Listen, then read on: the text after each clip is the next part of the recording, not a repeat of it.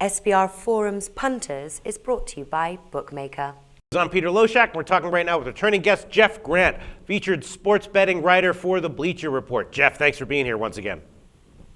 Great to be with you, Peter. Out of all the games you assigned me, I spent more time on this game than anyone, so I'm very excited to break down this game. All right, let's see what you have to say. West Virginia at Texas. Texas is a 7-point home favorite. The total is 75. Now, of course, both these teams have huge offenses. West Virginia, in their last game against Baylor, in one game, they scored an amazing 536 points in that one game against Baylor. Unbelievable.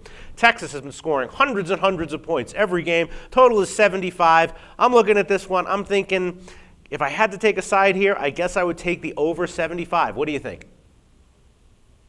I looked at the side, just like we talked about a previous game in the Southeastern Conference. I broke down the side because I don't like video game numbers, and this one could be one of those. Everybody thought that the total of Baylor and West Virginia was incredibly inflated at 80. It went up as high as 85 before the kickoff of that game. It broke that number in the middle of the third quarter. Unbelievable. Now, I don't expect those type of numbers, but I looked at three phases of the game, and I'm looking to lay the points with Texas, the Texas Longhorns in this game. All right. Why is Texas, the thing is obviously, Baylor, never has been known for their defense. So it's not a shock that, West Virginia was getting touchdowns every time down the field. Texas, though, is in general known to be, a strong defensive team, although, they gave up, 30 whatever to Mississippi, not a formidable offensive team at all in general, and they gave up a similar number to Oklahoma. Do you think that Texas has the makeup to be able to stop West Virginia at all here? I think they're going to win the three phases of the game that I want to get into, and that's the rushing game, time of possession, and turnovers.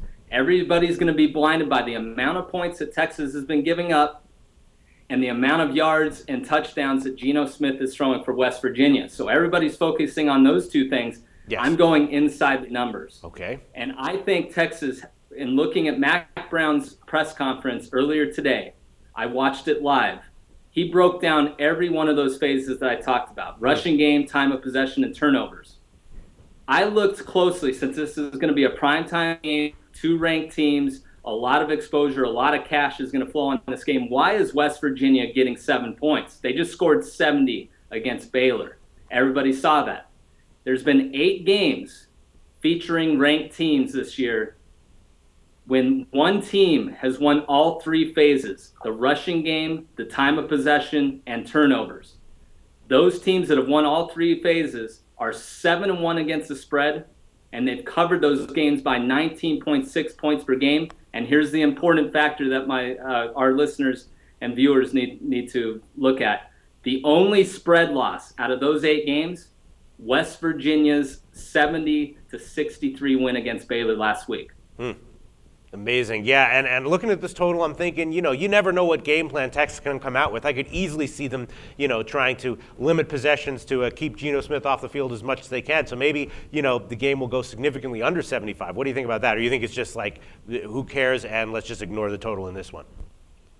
I'm ignoring the total. I can't get a good read on it because I think that's what Texas wants to do, is limit their possessions. But Texas went blow to blow with Oklahoma State last week, and they came up on, so they know that they can score. Sure. And I looked at, Mac Brown's been in this game for a while in Austin, so I handicapped him a little bit in terms of winning those three phases that I've discussed. But what I really focused in was Dana Holgorsen, the head coach, second-year head coach at West Virginia, and I went over his history. He's nothing new for Mac Brown and his staff to prepare for, because he spent some time in the Big 12 with Oklahoma State, and then he spent some time in Houston and then Texas Tech.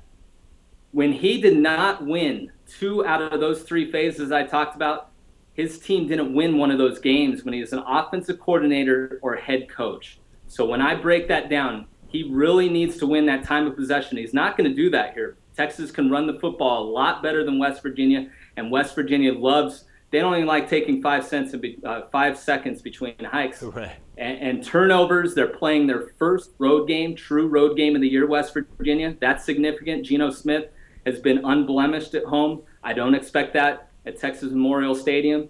And so with those things coming in, I have to go with Texas and laying the points, and I think a lot of people are going to take the underdog here getting a full touchdown.